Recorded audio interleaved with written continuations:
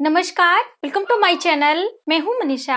दोस्तों, आज की वीडियो में हम जानेंगे कलश स्थापना का शुभ मुहूर्त।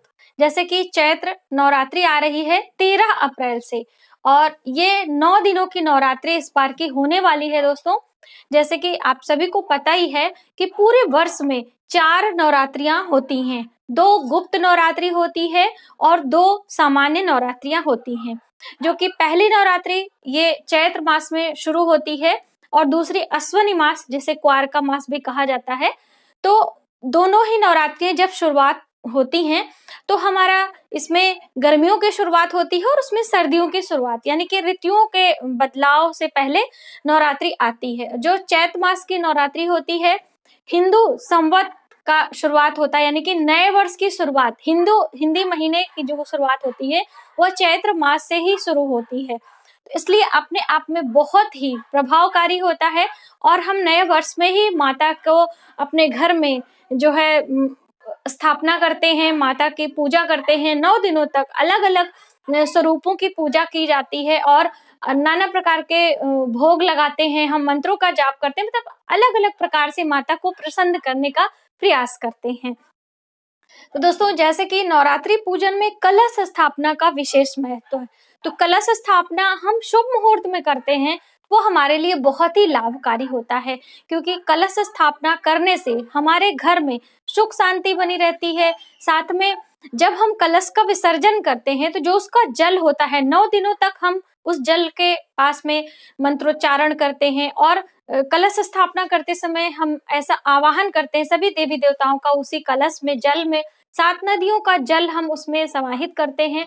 तो इस प्रकार से बहुत ही विशेष हो जाता है कलश का जो जल होता है, और पूरे घर में छिड़काव करने से हमारे घर का वास्तु दोष दूर होता है, हमारे घर का कलह क्लेश शांत होता है, हमारे घर में सकारात्मक ऊर्जा बनी रहती है। तो इसलिए कलश स्थापना करना बहुत ही शुभकारी होता है। तो इसलिए आप जरूर अपने घर में किया करें। तो बहुत सारे लोगों ने पूछा था कि कलश स्थापना जब भी हम करें तो कलश कैसे बनाएं, क्या क्या चीजें डालें विशेष, वो आप हमें बताएं। तो दोस्तों, मैंने आपको पूरा कलश स्थापना और देवी माँ की स्थापना, क्या क्या चीजें, सभी चीजें दी हैं। फिर भी नए दर्शकों के लिए हम यहाँ पर कलश पूजन कैसे करते हैं और उसमें हमें क्या क्या चीजें विशेष मिलानी है वह हम आपको जानकारी देंगे, साथ में शुभ मुहूर्त भी हम बताएंगे। तो पहले हम कलश जान लेते हैं कि कैसे बनाते हैं, उसके बाद हम शुभ मुहूर्त आपको बता देंगे। ये है कलश। इस तरह से तांबे का कलश आप लें तो ज्यादा अच्छा होता है। जैसे कि सोने चांदी यानी धातुओं का कलश बहुत ही शुभकारी माना जाता है। तो इस तरह से आपको तांबे का कलश लेना है। यदि आपके पास इस तरह से तांबे का पात्र नहीं है तो आप कांसे का भी कलश ले सकते हैं। जैसे ये मेरे पास छोटा सा ये पात्र है, तो इस तरह से बड़ा हो तो आप उसका भी ले सकते हैं, लेकिन मिट्टी का ले लें तो और अच्छा है। जैसे मार्केट में मिट्टी के कलश आते हैं छोटे छोटे से। दोस्तों, हमारे पास लास्ट ईयर का मिट्टी का कलश है, तो हम आपको दिखा देते हैं। ये इस तरीके से कलश मार्केट में रेडीमेड मिलता है और आप इसे ले लें, बहुत ही अच्छा रहता है। इसमें स्वस्तिक वगैरह सब बना रहता है, तो आप इस तरह से भी ले सकते हैं। और मिट्टी का कलश और फिर तांबे का भी कलश। लेकिन क्या होता है कि हर साल हम इस तरह से एक मिट्टी का कलश लाते हैं और फिर सब लोग पूछते हैं हम इस कलश का क्या करें। तो मिट्टी का कलश आप लास्ट में जब विसर्जन कर लेते हैं तो इस तरह से इसमें आप नीचे से होल करके गमले वगैरह लगा सकते हैं। या फिर मैंने आपको एक बहुत अच्छा उपाय बताया था घर में सुख समृद्धि के लिए कि इसके अंदर अनाज भर दें और भर के आप अपने जो है पूजा मंदिर के आसपास में कहीं रख लें, या फिर आप अपनी रसोई घर में इसमें चावल या फिर हरी मूंग भर के रखें। 1 वर्ष तक आप रख लें, उसके बाद अगले वर्ष इसे गमले के रूप में इस्तेमाल करें और वो अनाज आप अपनी रसोई में इस्तेमाल कर सकते हैं। ये बहुत अच्छा उपाय होता है घर में समृद्धि के लिए। तो इस तरह से कलश का ये इस्तेमाल है। एक्स्ट्रा हो गया दोस्तों, और ये कलश है। तो अब हमें इसे कैसे बनाना है, सबसे पहले इसमें इसके गले में मौली लगाना चाहिए। ये देखिए, रोली में थोड़ा सा देसी घी या फिर गंगा जल मिला लें। देसी घी मिलाने से बहुत अच्छा रहता है। ये इस तरीके से इसे घोल तैयार कर लें अच्छे से, और इस पे आप स्वस्तिक बनाएं। तो यहाँ पे आप देख सकते हैं मैंने हल्दी से पहले बनाया है और डॉट मैंने 3 लगाया है। ठीक है, 3-3 डॉट आपको ये इस तरह से लगा लेने हैं 3 लाइन में। अब इसी डॉट को आपको आपस में मिला देना है और आपका स्वस्तिक बिल्कुल बहुत अच्छे से बिना क्रॉस किए रेडी हो जाता है दोस्तों। ये मैंने आपको लास्ट ईयर के वीडियो में बना के दिखाया भी था। तो ये आप देख सकते हैं, बहुत अच्छा स्वस्तिक तैयार हो जाता है और इसके बीच में भी आपको डॉट्स लगाने होते हैं।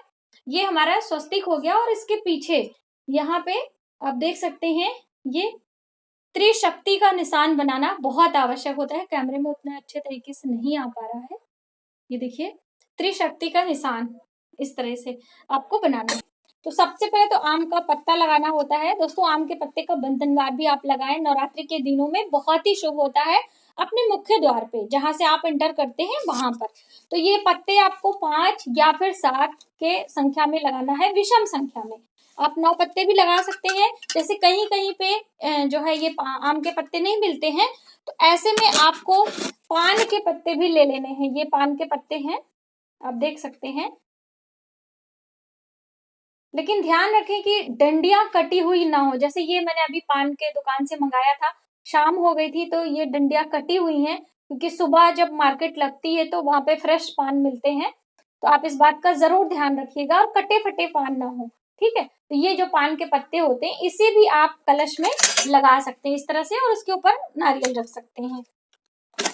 अभी हम आम के पत्ते लगाने वाले हैं। उसके पहले आपको पत्तों पर ये हल्दी कुमकुम का टीका लगा लेना है, या फिर आप रख के भी लगा सकते हैं इस तरह से। और जब भी आप कोई काम करें तो आप माँ दुर्गा का मंत्र इस तरह से, इसके अंदर हमने स्वस्तिक बना दिया है और इस पे हमने मौली बांधा हुआ है, ये आप देख सकते हैं यहाँ पे। और ये चुन्नी से आपको इसको ढक देना है। लाल कपड़ा भी ले सकते हैं प्लेन, इस तरीके से।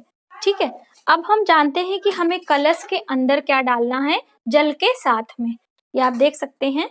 तो आपको डालना है, सबसे बहुत ही शुभ होता है ये चांदी का चौकोर टुकड़ा। आप देख सकते हैं दोस्तों, ये चांदी का चौकोर टुकड़ा है, इसे आप डालें।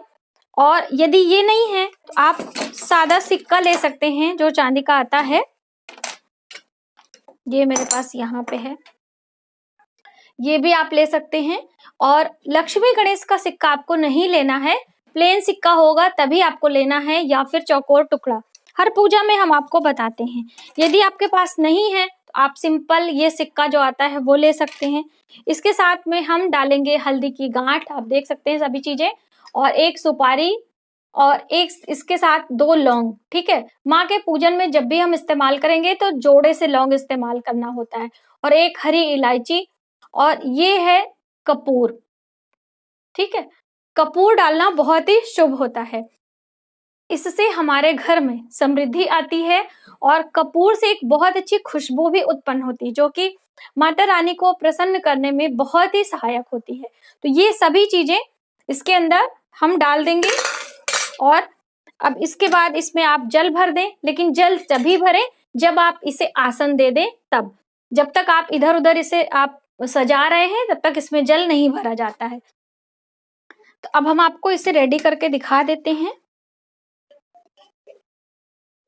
ये देखिए दोस्तों, इस तरह से आप इसे लगाएं, और जो स्वस्तिक का निशान है इसे आपको सामने रखना है, और जिससे आपको दर्शन होते रहे। और जो ये आपने यहाँ पे त्रिशक्ति बनाया है ये माता की तरफ होना चाहिए। और साथ में जब भी आप ये जो नारियल है, जो इसका ये नीचे वाला भाग होता है वो आपके सामने, क्योंकि वो माता का मुख होता है, सामने है, और दूसरा वाला भाग पीछे होना चाहिए। और वहीं पर मान लीजिए आप खड़े नारियल लगा रहे हैं इस तरीके से, तो वो वाला भाग आपका ऊपर होना चाहिए, जिससे माँ का जो चित्र होता है वो आपको दिखता रहे। तो इस तरीके से भी आप नारियल रख सकते हैं, और लेटा के भी, दोनों ही अवस्था में रखना सही रहता है, ऐसा कुछ भी नहीं है।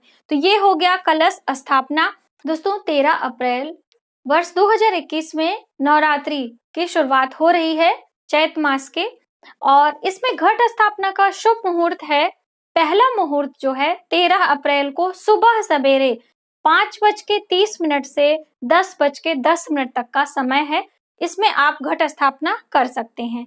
आप मान लीजिए किसी कारणवश आप इस समय नहीं कर सकते हैं तो दूसरा अभिजीत मुहूर्त है, उसमें भी आप कलश स्थापना कर सकते हैं, जो कि 13 अप्रैल को ही सुबह 11:57 यानी कि 57 से 12:45 तक का समय है। ये समय अपने आप में बहुत ही शुभ होने वाला है।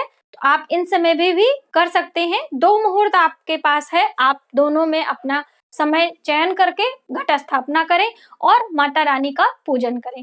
पूजन में सबसे पहले आप भगवान गणेश का ध्यान करें। आप गौरी गणेश बना भी सकते हैं और भगवान की मूर्ति भी रख सकते हैं। और उसके बाद माता रानी का ध्यान करें। उनके 9 स्वरूपों का ध्यान आपको जरूर करना चाहिए। माँ रानी के अलग अलग 9 स्वरूप होते हैं। माँ शैलपुत्री, माँ ब्रह्मचारिणी, माता चंद्रघंटा, माँ कुष्ठमांडा, स्कंद माता, माँ कात्यायनी, कालरात्रि माँ, महागौरी माँ, सिद्धिदात्री माँ।